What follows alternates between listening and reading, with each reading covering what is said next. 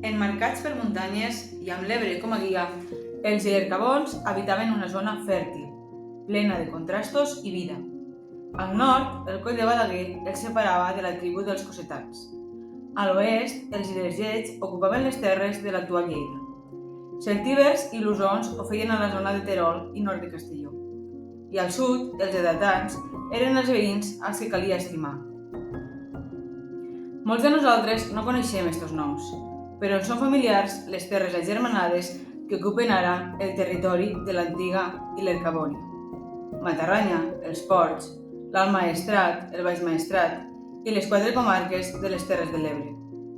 Diu Miravall, a una de les seues obres, que la capital de l'Ilercabònia era, probablement, Ibera, al marge dret de l'Ebre, entre Jesús i la Torre d'en Corder, al quilòmetre 20 de la carretera que va de Tortosa a Gandesa. I sembla que no hem perdut la saviesa històrica dels nostres ancestres, perquè en base a les dades econòmiques actuals de creixement de la població, sembla que els habitants actuals de les Terres de l'Ebre tornem a preferir la zona de Tortosa, Amposta, la Ràpita, per viure. La zona on, segons Miravall, es situava Ibera. També és cert que els ilercabons d'avui en dia els agrada molt la costa i la platja, si fem cas al creixement poblacional impressionant que ha tingut la zona de Vinaròs, Benicarló, Penyíscola en els darrers 40 anys. La presència del riu, l'abundància de planes i un teixit cobert de muntanyes feia fàcil trobar aliments, dedicar-se a la caça, a la pesca i a l'agricultura de cereals, la vinya i la ramaderia. La proximitat al mar va permetre que els productes del Mediterrani arribessin amb facilitat de la mà de comerciants fenicis i grecs i que pugessin cap a comarques interiors, gràcies a la navegació fluvial. Hi ha vestigis d'intercanvi de fusta, metalls, vi, salaons, peix i qui sap si el culte a la deessa grega Pal·las Atenea als assentaments grecs de la nostra zona va fer que s'escampés el cultiu de l'olivera a casa nostra.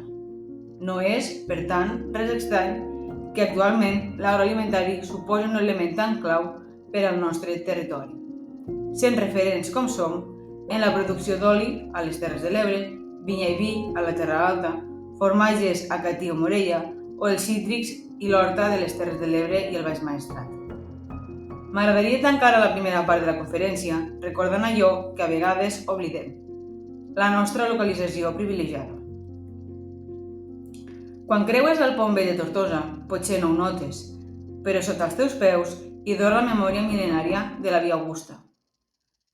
Aquesta artèria romana que unia Roma amb Cadis i que en passar per aquí va cosir el territori, portant mercaderies, cultures i noves formes de mirar el món. Va ser el nostre primer corredor del Mediterrani, molt abans que existiren el Google Maps i els peatges de l'AP7, que per sort ja són història. En creuar el riu Sénia, la Via Augusta ens conduïa cap al sud, a les terres que avui identifiquem com la província de Castelló. Però en aquell temps tot formava part d'un mateix batec, d'una mateixa trama de relacions i intercanvis. Aquesta posició estratègica continua sent la mateixa, però sovint no la sabem valorar ni aprofitar com cal. Tenim una connexió natural amb Europa que l'AP7 i el futur corredor del Mediterrani ens poden convertir en una palanca de creixement. Un impuls no només per les nostres valuoses exportacions agrícoles, sinó també per a una nova economia més tecnològica, arrelada i respectuosa amb el nostre territori i amb més valor afegit. Les connexions ferroviàries pendents amb els ports de Tarragona, Barcelona i el potser nou port de la cimentera de la Ràpita poden reforçar la nostra situació privilegiada, a 2 hores de Barcelona, Saragossa i València, i solament una miqueta més lluny de Madrid, per a tots aquells que tingueu ganes d'anar-hi. Perquè si en temps dels ilercabons, navegants fenicis, grecs, cartaginesos i romans ja sabien que aquest era un lloc de pas i de trobada, potser és hora de que ho tornem a recordar nosaltres.